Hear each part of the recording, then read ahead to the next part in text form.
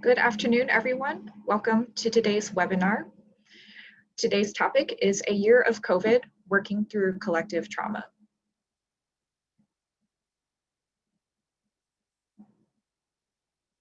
My name is Anna Tan, and I am the BeWell Program Coordinator at WorkWell NYC at the Mayor's Office of Labor Relations.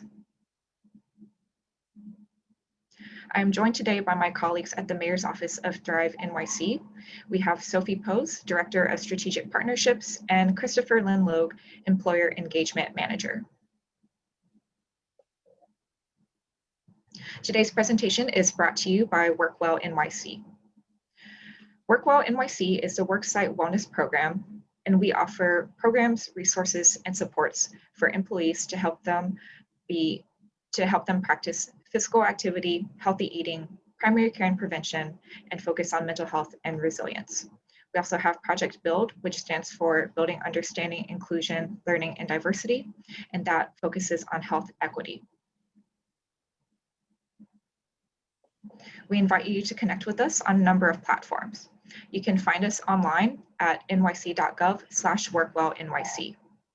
We also invite you to follow us on Instagram, find us on LinkedIn, and you can send us an email at any time at workwell@olr.nyc.gov. And of course, we invite you to join our mailing list so you can stay up to date on the latest WorkWell programs. And I will turn it over to my colleagues to talk a little bit about Thrive. Hi, everybody. It's a pleasure to be here with you today. Thanks for joining us. So we are from Thrive in Your Workplace, which is a public-private partnership hosted by the Mayor's Office of ThriveNYC. Our office at large focuses on promoting mental health for all New Yorkers. Through Thrive in Your Workplace, we've worked with local employers to integrate mental health support at work, with the goals to promote employees' emotional well-being, facilitate access to mental health care and mental health support, and create cultures of positive mental health at work. We've worked with employers across sectors, from small businesses to nonprofits to Fortune 500 corporations, as well as many of our city agency colleagues, to shape customized workplace mental health strategies and to help implement workplace mental health programming. We've also offered a number of free trainings, such as this one, resources and events that can support the resilience of New York City's workforce. It's great to be here with all of you. Thank you for joining. So a couple housekeeping rules. Your video and audio will be off during the webinar. You're welcome to use the chat to share questions in real time. And of course, we'll provide some time at the end of the webinar for Q&A.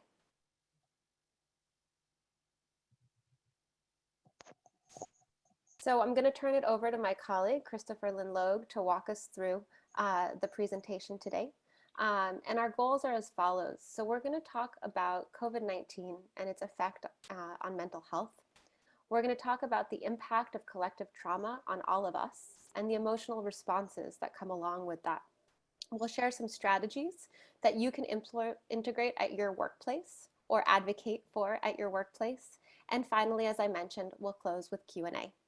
Now, it's my pleasure to introduce Christopher Lynn-Logue, who will take it away. Thank you. Good afternoon, everybody. Thank you for joining us today. Very excited to be here. Hopefully you all can hear me very well. So before we get started, we want to launch a quick poll. So we have a question that we want to see if people have some understanding regarding mental illness. So I think one of my colleagues from BeWell will be launching the poll. All right, so the question is, mental illness and mental health challenges are the same thing, true or false? So please, you should see the poll in front of you. Please take a chance to answer the question as you see fit.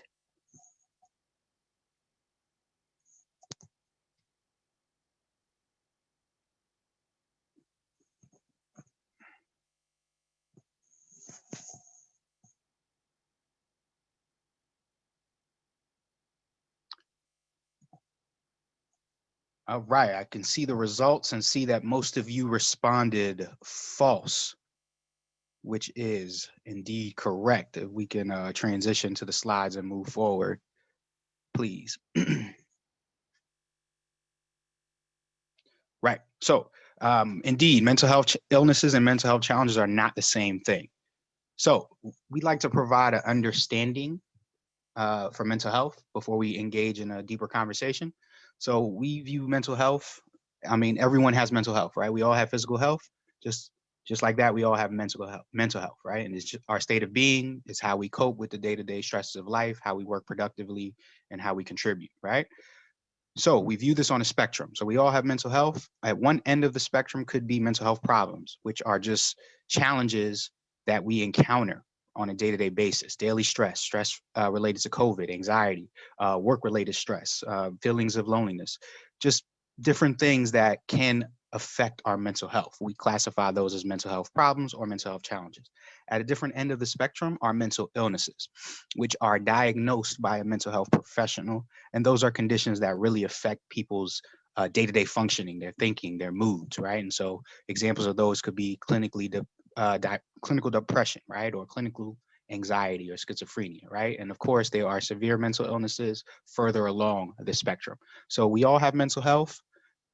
Some of us are dealing with mental health problems, maybe most of us, and some of us may be diagnosed with mental illnesses, right?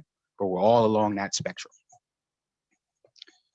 So now we have, now that we have that understanding, we want to ask an additional poll question. In a year, how many New Yorkers experience a mental illness? A, 1 in 10, B, 1 in 20, or C, 1 in 5? Poll is launched. Please take some time to answer the poll.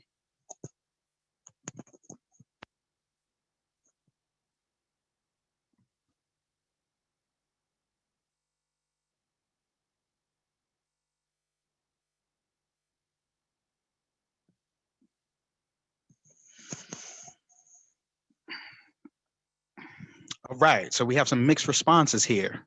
So 44%, 37% of you selected 1 to 10, 14, 1 to 20, and 49% 1 to 5, which was the overwhelming favorite. So yes, C, 1 to 5 is indeed the correct answer. And so we will transition to a new slide that has some data points regarding New York City. So 1 in 5 do indeed struggle with mental illness every year.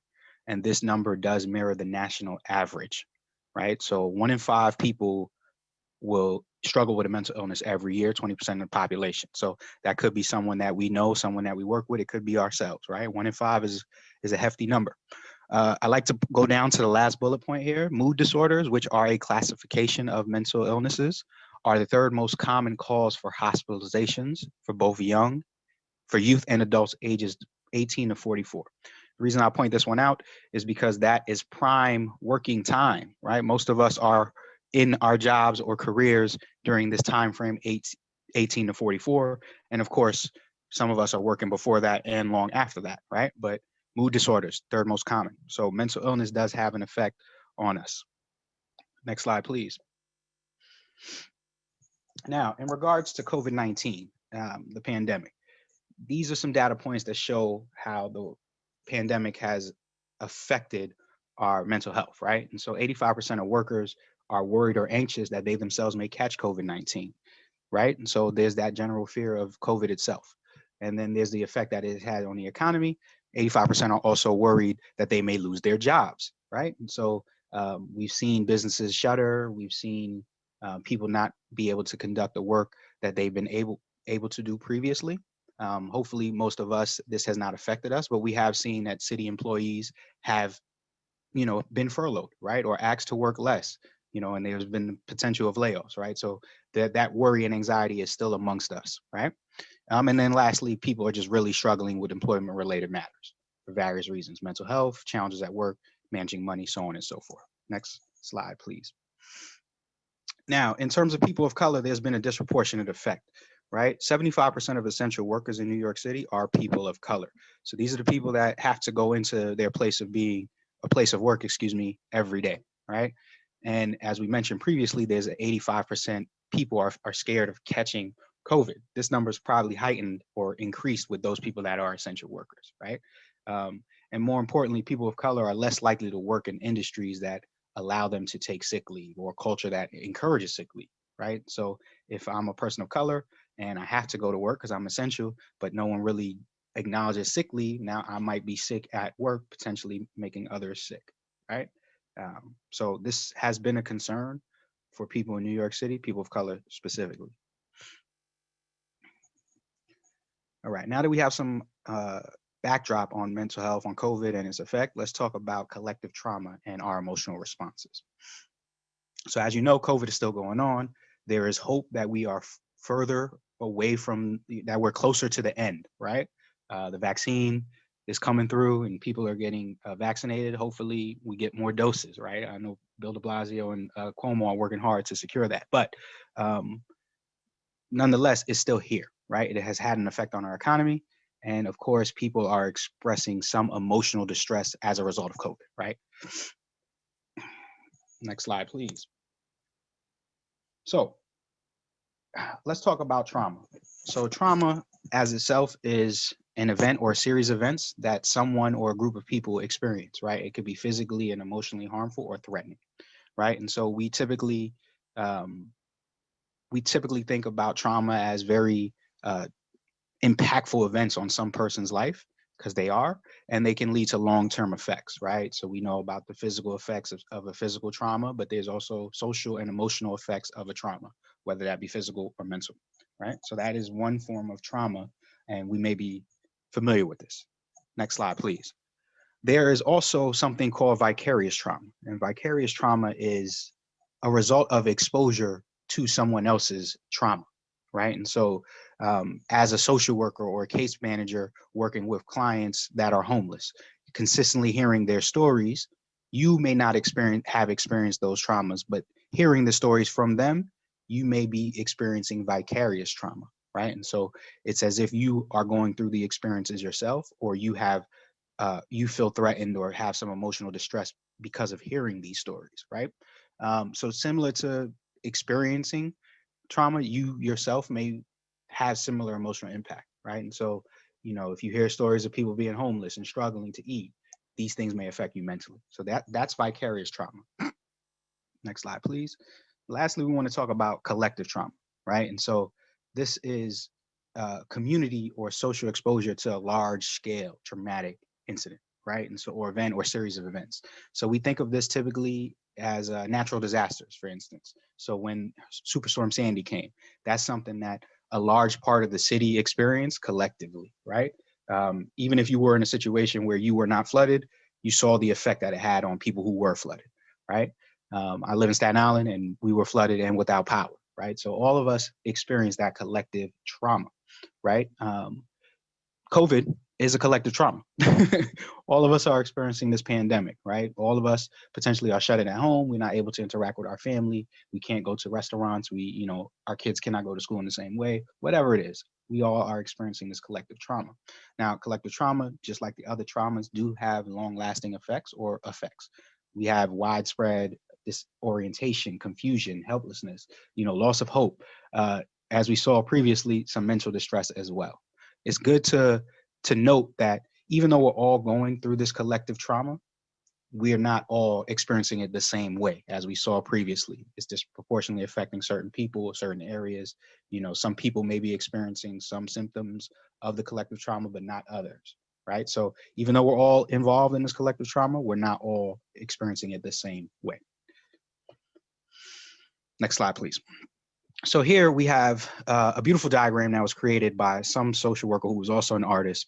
More props to them. I'm a social worker, not an artist though. But this, as we mentioned, is based around a natural disaster or a singular event, right? So you'll see there's the pre-disaster. And this is the actions that are happening before the impact, right? And so for us in COVID, that meant daily meetings with updates. In our office, we were meeting at 12 o'clock every day just to hear, hey, what's going on? Let's work out the staggered schedule. Let's figure out how we're going to handle this, what have you, right? And so that's the pre-disaster period. Then there's the impact. And the impact is when the traumatic situation happens, when Superstorm Sandy hit, or when all of us were sent home or shelter-in-place orders were put in place, right? I believe this was March 13th. So we're almost up on a year, right? A year in COVID. So that's the impact, right? What are we going to do? How are we going to handle this? What's the plan going forward? How are we putting things in place? Then we have what is called the heroic/honeymoon phase. And so this is directly after the impact, where people are banding together to work collectively to try to assist those in need. And so for us, that meant, people getting together for town halls and Zoom happy hours and, informal support, ways that we could just be there for each other. You saw people congratulating essential workers, highlighting their grocers, the mail people, of course, our medical professionals, right? This all happens during the honeymoon period. Then there's unfortunately what we call disillusionment. So this has been going on for a while. We're kind of tired of Zoom. We're kind of zoomed out. We're, tired of looking at the screen, tired of work from home. There's no end in sight. Now I'm in a chronic state of stress and worry, right? And so we have been in this delusionment phase for a while. And like I said, though, we're hoping that the end is near. The diagram shows 1 year mark as if, the situation is over. Hopefully it will be over for us. We'll see what happens. And eventually we get to reconstruction, a new beginning.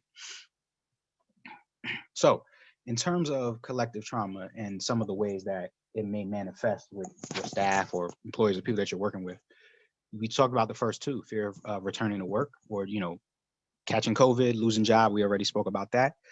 Lack of clarity around roles and responsibility and lack of control are very big, right? And so those of us that are working from home or working in a different capacity, there has been some confusion about what exactly we're supposed to do, how we're supposed to do it, what our responsibilities might be. We've taken on new responsibilities. One time I was supposed to focus on just managing my portfolio. Now I might have to focus on getting resources to people, manning a hotline, listening to calls, allocating, sending out supplies, what have you, new responsibilities, right? And then lack of control. We don't know what's going on, when we're going back to the office, when we're going to be eligible for a vaccine. That can cause a lack of control, can definitely cause some anxiety, right?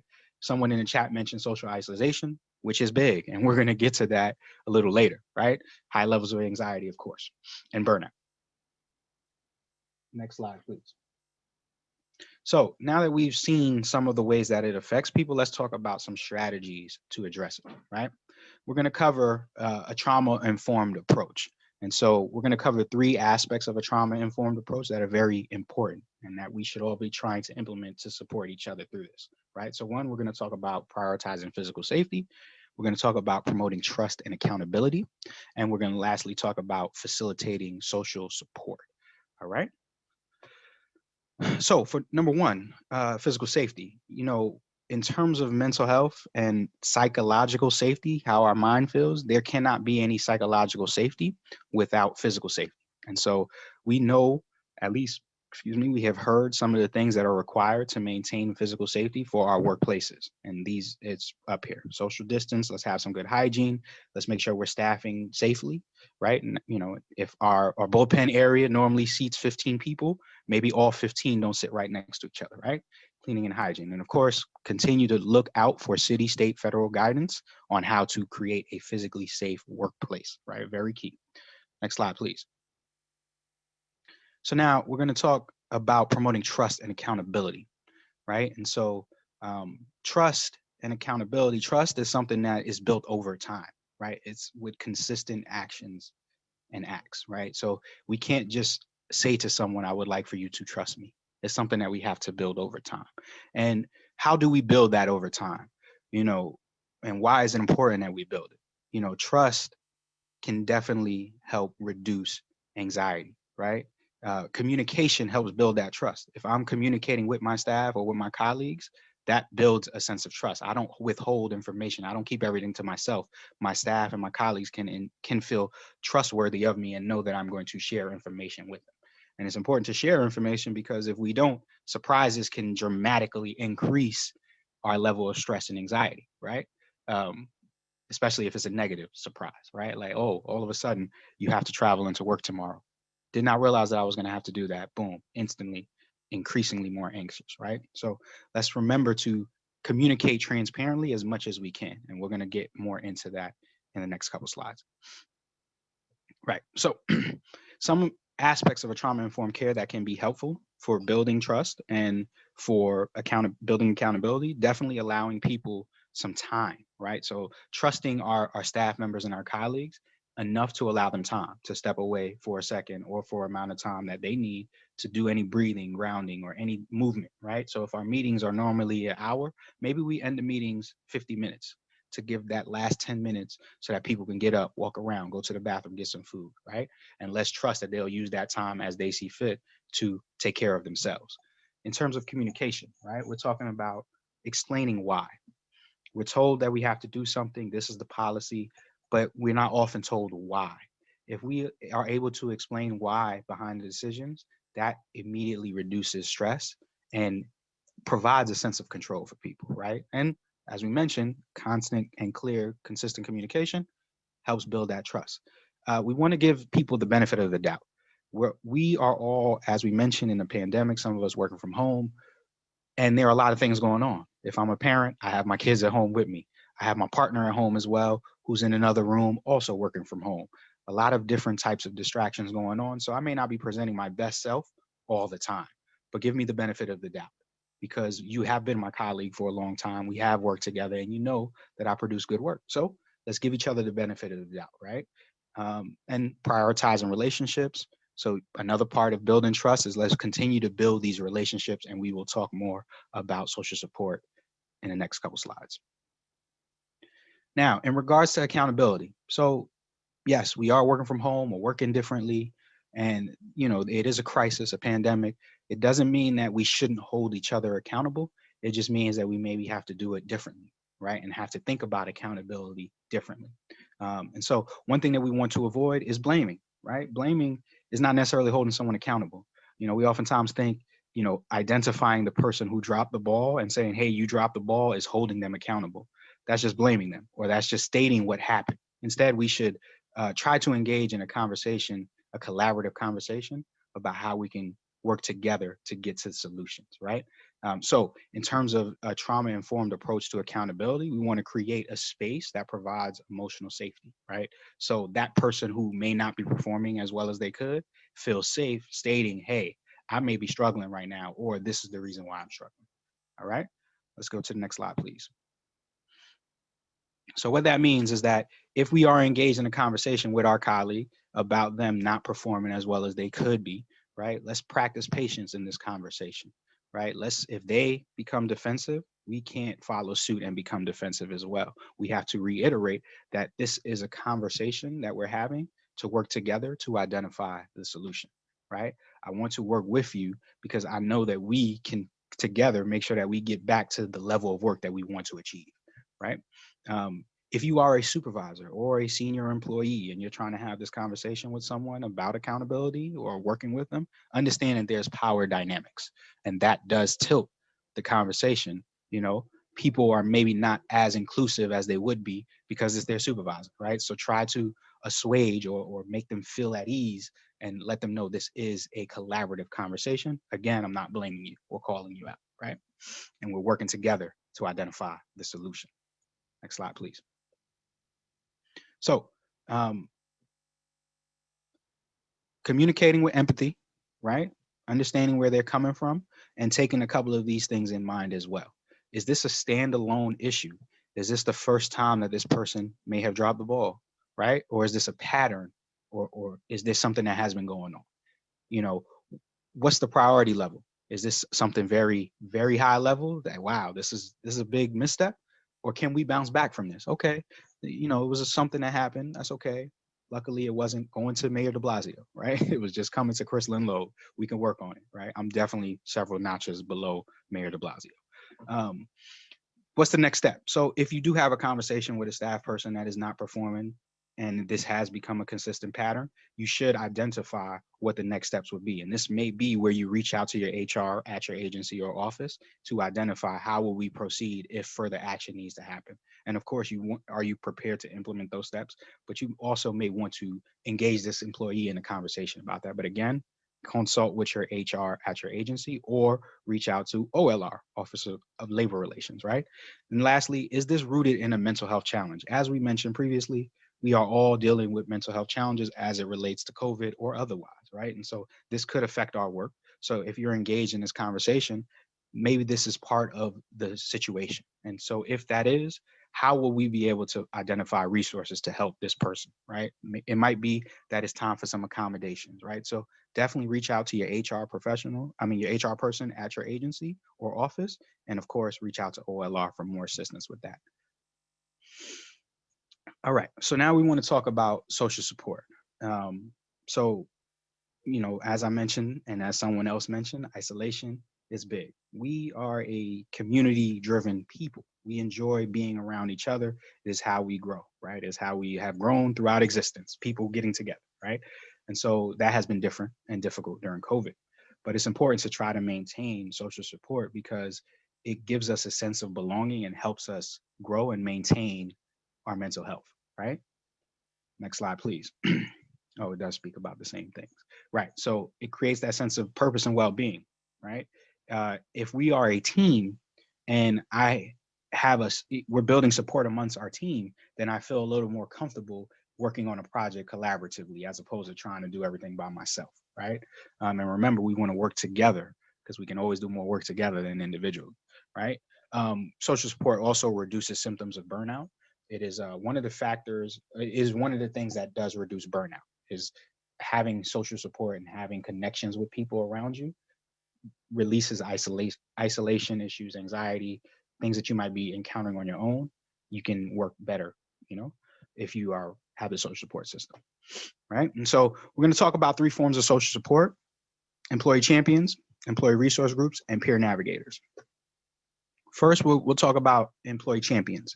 Employee champions promote mental health at work, right? So they model positive behaviors, they address stigma, they promote work wellness events like this one, right? WorkWell has the Be Well mental health champions, which Anna can speak to a little bit more. Some of you are very familiar with, but yeah, Be Well is hosting many mental wellness programs and shares resources with coworkers throughout the city, right? And so that would be an example of an employee champion program. ERGs, employee resource groups. So employee resource groups are oftentimes identity driven, right? So people getting together that share a common identity, and they get together to share resources amongst themselves, right? So parents, if I'm at my agency and I'm a parent, I may build an ERG with existing parents, right? Other members of the organization who are parents. So let's get together, let's talk about resources and share resources amongst each other, right? So this is a great social support building strategy. Your agencies or offices may have employee resource groups already. As I mentioned, they are built around identities usually. So this could be parents, it can be racial or gender-based identities, anything really. And so if you're interested in building an ERG or identifying the ERGs that are at your location, please reach out to your HR personnel, right? Because it may exist. If not, you all can get started in creating one. Peer navigators. So peer navigators are people with lived experience of mental illness, right? Who are able to navigate others who may be experiencing mental illness as well, right? Into how to identify resources, support, how to navigate the mental health system, how to use the benefits to identify clinical support, what have you, right? And so the key difference between a peer navigator and an employee champion, they'll do most of the same things, but a peer navigator is someone with that lived experience, right? So someone at your agency or in your office may be identified as a peer navigator, and if you express a need for support, someone may say, oh, chat with Chris, he can help you out in this situation, he has some experience. Now, it's one thing to note about peer navigators: if you do want to employ this strategy and someone has identified as someone with lived experience, you want to make sure that that person is okay with being identified as the peer navigator, right? So I may have told my supervisor that I'm living with this particular mental illness, but that doesn't necessarily mean that I want to be the peer navigator for our whole division, right? So make sure you have that conversation. And again, get involved with HR. So these are examples of types of programs. Anna or Ayana, one of you will jump on to speak about a program that Be Well did during COVID, right?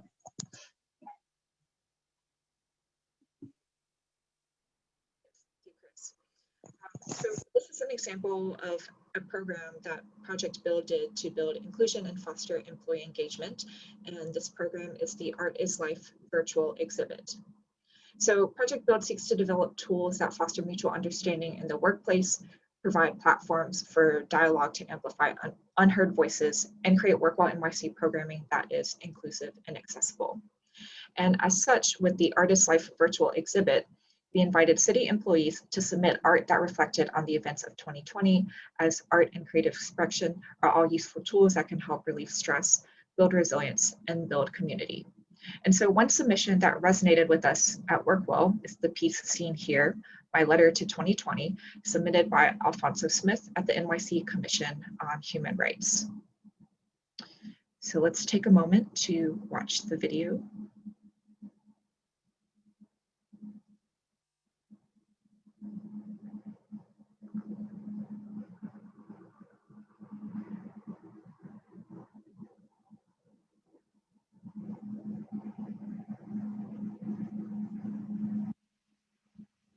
One moment while we get the video set up.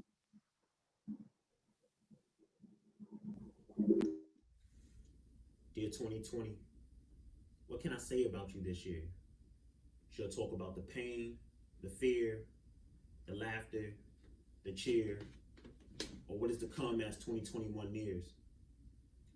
I should be in disbelief that you birthed a pandemic that separated families, destroyed loved ones, and took away our holiday fantasies, but then again, I shouldn't be shocked. For what's happening is just old news that you're forcing us to watch. You made us watch George Floyd beg for his life. You made us aware of the last time Breonna Taylor got to close her eyes. You made us tune in to Donald Trump's repeated lies, and you made us second guess whether this country will ever see a brighter side. 2020, you gave us a lot to be pessimistic about. I become enraged when I see the struggles of many because of the willful ignorance of few. As immigrant families continue to be separated at the border and racism takes a tighter grasp as time continues to pass, the extreme neglect of science causes individuals to refuse to wear a mask. From where I stand, we have two choices. Either we continue to ignore the social ills that plagues our society, or do what is required to travel the road of sobriety. 2020, you just simply revealed what was always plain to see. That our country is extremely intoxicated and some will refuse to acknowledge this reality. So therefore, it is time. It is time that we attack legislation to create a better tomorrow. And it is time for us to challenge elected officials that take us for granted. 2020, you are forcing we, the people, to use our power. And I promise you, we will not waver. We will not cower. We will rise up. We will fight. For the brighter side is in our sight.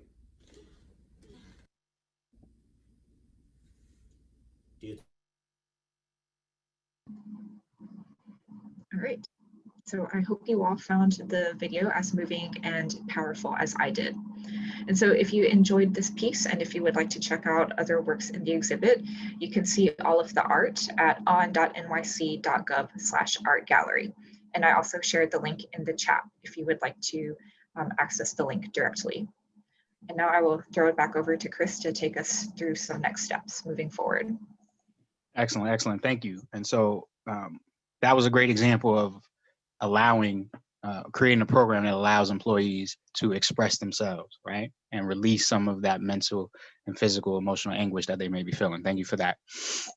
So in terms of moving forward, we have the COVID Core 4, right? We talked about this already in terms of providing physical safety, but this is just something that we need to emphasize consistently in our day-to-day lives going forward, right? If you're sick, stay home. If you happen to be out, maintain 6 feet of social distance, always mask up, and please, please wash your hands as frequently as possible, right? Let's try to prevent the spread of COVID-19.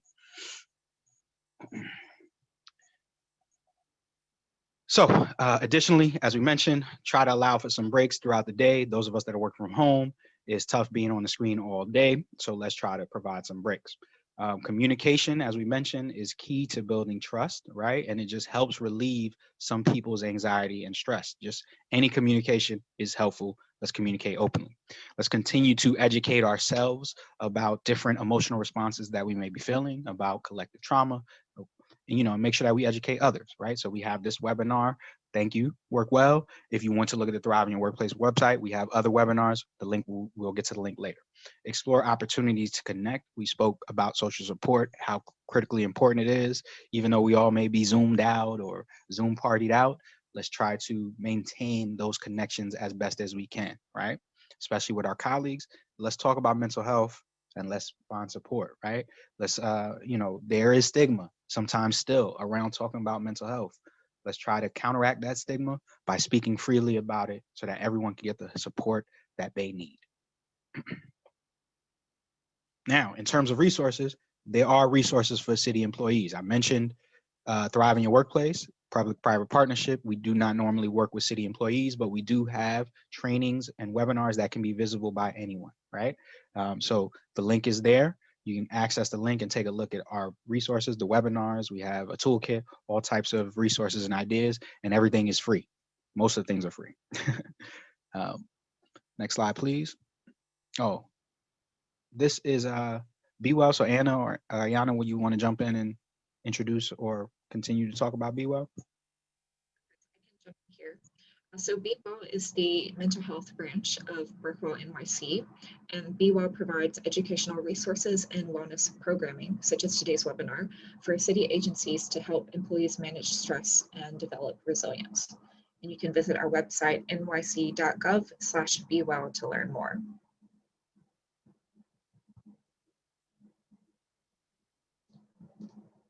And many of you all are familiar with the statistic that approximately 1 in 5 New Yorkers experience a mental health challenge each year. So the Let's Talk campaign is WorkWell NYC's initiative to eliminate mental health stigma in the workforce by creating supportive workplaces and building resilience in city employees. And we invite employees to sign the Let's Talk pledge, which is at on.nyc.gov/Let's Talk pledge. And employees who sign the pledge demonstrate their support for prioritizing mental health at work, sharing resources, and supporting their colleagues, and speaking out against mental health stigma. And then the Employee Assistance Program is another great resource.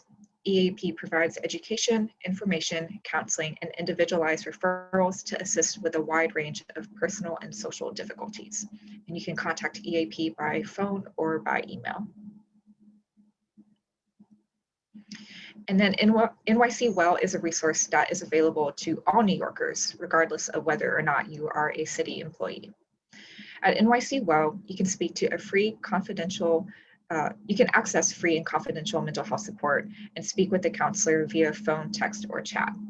You can access mental health and substance use services in over 200 languages 24/7. So we invite you to take advantage of this resource and or share this information with someone you know who may be seeking mental health support.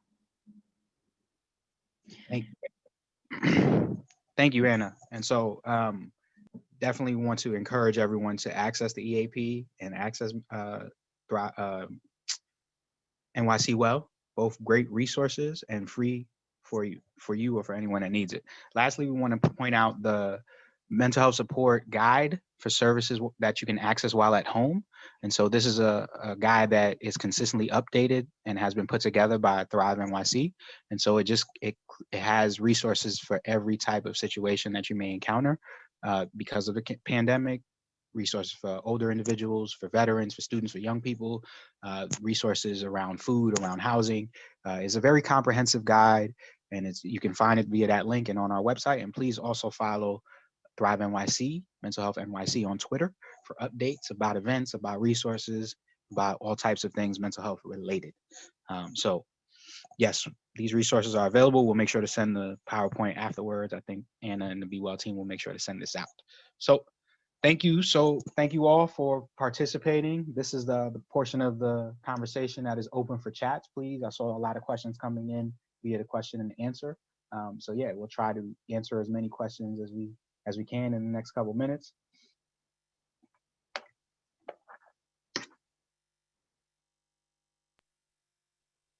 So Chris, we have one question about the news being too much to watch, but still having to stay up to date with current events. And then having a lot of friends and family members passing away is something that's hard to digest, and it makes it difficult to keep working like normal. So what are some suggestions for finding a balance? Thank you to that person for that question. In terms of the news being a lot, one thing that we suggest is providing boundaries, right? So there's a certain amount of time that you intake information, right? So maybe in the morning, you look at the news for 15 minutes, try to get the headlines, try to get the weather, and then that's it, right? So you identify a time for you that works best and a time frame for you that works best in terms of intaking information, and then setting that boundary and then stepping away for it for the rest of the day. So that way you get updated, but you don't get inundated, right, with too much information. In terms of the losses of family and friends, definitely it's hard to work normally with situations like that, right? So if you feel comfortable, I would try to express that to my colleagues and my team, just so that they are aware and can assist you and provide some empathy and support and compassion. So, if you are working on a project by yourself, or, maybe that shifts and other people can assist. And then obviously reaching out to resources through HR, through EAP, NYC Well, or, through your healthcare provider, if you need more additional, counseling or being able to talk to someone more about those things. Thanks, Chris. Mhm. And we have a question. What are some suggestions for connecting with staff who are reluctant to participate visually during virtual meetings? Well, I would suggest trying to reach out to them individually, right? If you have a relationship with that staff person and you have their contact information, just reach out to them, send them a direct message or send them a text message, try to get on a call with them, and just try to understand what situations they may be dealing with. Maybe they don't feel comfortable being on camera because of all their kids in the background running back and forth or what have you, right? Just an example. So trying to get some understanding as to what barriers that person may be encountering, and then seeing if you can be supportive to that person. And if you yourself don't have that relationship, maybe someone that you work with does have that relationship. So identifying the right point of contact could be important as well.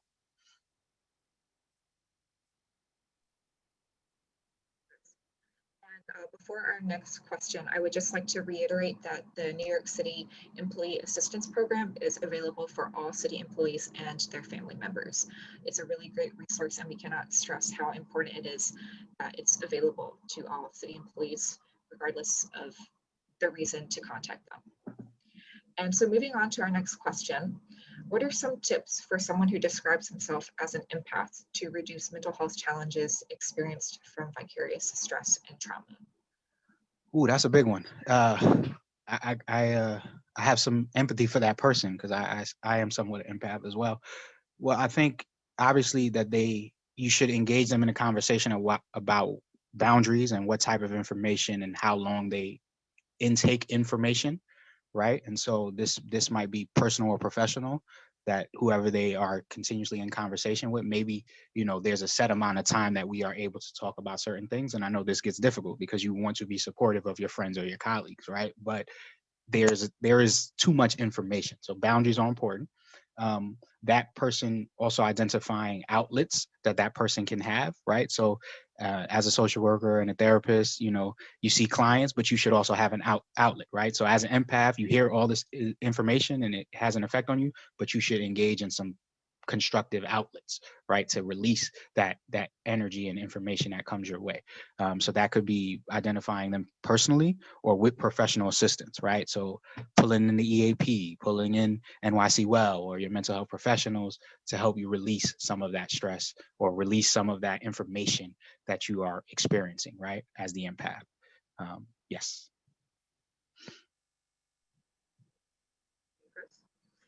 And we have another question. What are some things that you can do when your HR or your EEO office don't seem to value or understand the implications of trauma? Ooh, this is a tough one. This is a tough one. One thing that there is, all right. So for us, as we have worked with employers throughout our time, there is something called building the business case, and it's really just trying to emphasize the importance of assisting those that may be in need of mental health support so that they're able to perform their job duties and roles as strongly as possible, right? And so, you know, when it affects people's productivity and performance, maybe sometimes that's when higher ups, HR, EEO, when they start becoming involved, right? When they understand that. In terms of, they're also, I would suggest, and this is probably where Anna and Be Well and Office of Labor Relations can assist, getting OLR, potentially information from OLR on how to proceed in this type of situation. Yeah, and also, yeah, that's what I would say. So I don't know if Anna or anyone from the Be Well team would like to jump in on that one as well. Definitely add to that. So at Be Well, we are also here to work with each agency and to help set up tailored programs that are available to their staff. So for anyone who is interested in seeing more mental health or resilience programs for their agency, we invite you to get in touch with us so we can start the conversation. You can send us an email at workwell@olr.nyc.gov. Right, and one more thing to add there around the EAP, as Deborah mentioned in the chat, is that they can assist in providing support for supervisors, right? So sometimes HR, EEO supervisors, it's not that they don't take it seriously, they just may not feel equipped, right? And so EAP can assist them in how to address these traumatic situations or situations that employees may be dealing with, right? So EAP, again, EAP.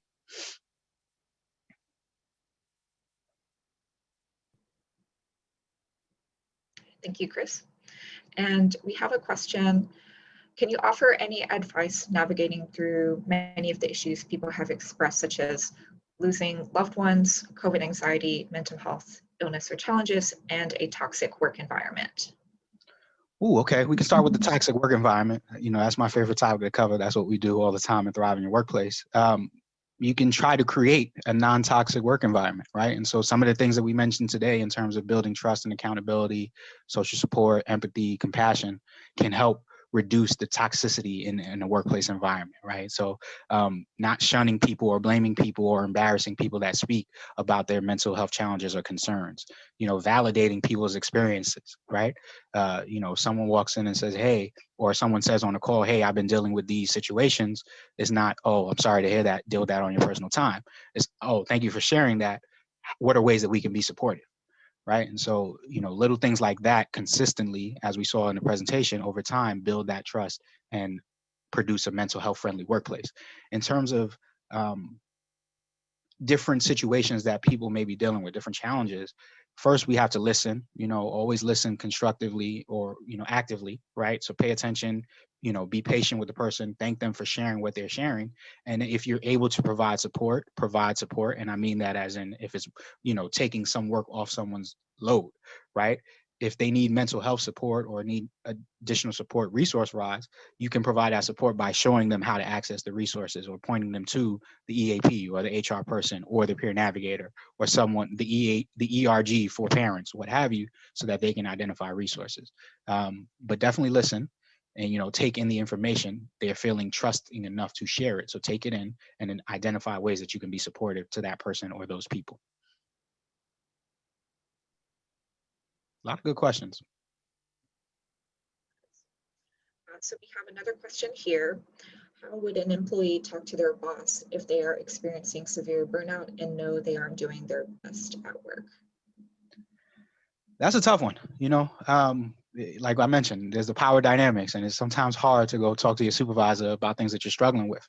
But I think ultimately you have to be honest, because besides the burnout, it's affecting you physically, mentally, it could be, right? And so the first step in getting support is speaking about it. And so I think you should be honest to your supervisor and say, hey, I have been struggling with these situations, and I'm bringing this forward, acknowledging it, but also because I would like some support from you, from whoever, so that we can work together so that I can get back to feeling my best self, right? All of us have to take care of ourselves. Self-care is important, and that's part of self-care. Sometimes it's saying, hey, I'm struggling right now. I need a little assistance, or these are situations that I'm dealing with. I'm a little overwhelmed, right? And, as we mentioned, the other end of that is your supervisor being receptive and supportive, right? And so hopefully that they can be that. If not, then hopefully you can identify someone else within your organization, within your office, that you can talk to that may be able to provide support. So if it's not your direct supervisor, maybe it's the lead of a different team or their supervisor, what have you. But I would say if you feel that you are burnt out, that you should seek support. You should seek support. It's okay too. It's okay to feel that way. As we mentioned, COVID is burning a lot of us out.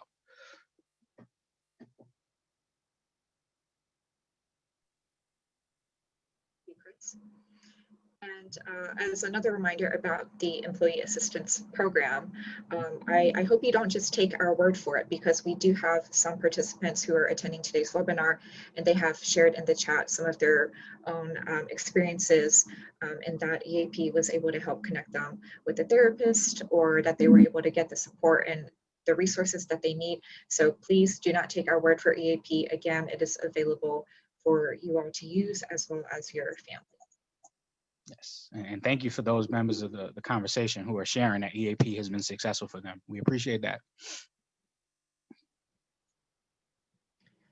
All right, so I think those are all the questions that we have time for today. Unfortunately, we do not have time to get to everyone's question, but again, the presentation, the slides, and the recording will be shared with you all afterwards. And so we do want to share some information about upcoming events that we have. On February 17th at 12:30, we have a webinar, Race, Health, and You, Separating Facts from Fiction. So this presentation is presented by WorkWell NYC's Project Build, featuring a panel of distinguished guests, and we will be exploring the history and impact of racialized healthcare and how we break the cycle of systemic racism in healthcare. Secondly, we have Civil Service 101, Navigating Jobs in City Government. And this will be taking place on February 23rd at 12:30 p.m. And so this presentation is offered in partnership with DCAS, and this is the first installment of a 3-part professional development series. This presentation will go over the ins and outs of the NYC Civil Service Program.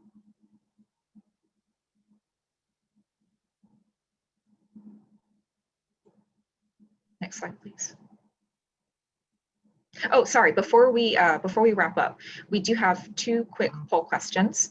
The first question we have here is, how would you rate the overall quality of this program?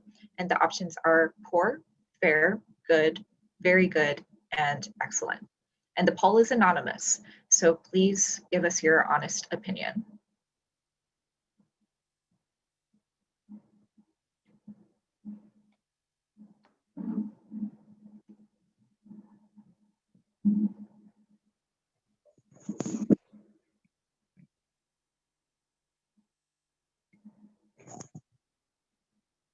All right, thank you everyone for sharing your feedback on today's program. And lastly, our final poll question. This webinar increased my knowledge on the topic presented. And the options here are yes or no. And again, this poll is anonymous. And if you feel that this presentation was not helpful, we really invite you to get in touch with us to share your thoughts so we can discuss how we can tailor our programs to better suit your needs. And again, you can email us at workwell@olr.nyc.gov. And I'll share that in the chat as well.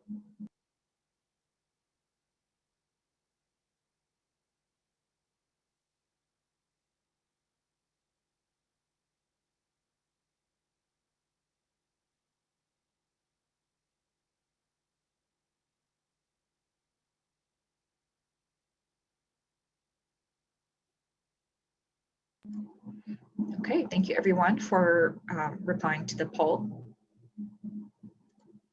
So thank you all for attending today's presentation. Thank you to our presenters, Chris and Sophie, for sharing their expertise on today's topic.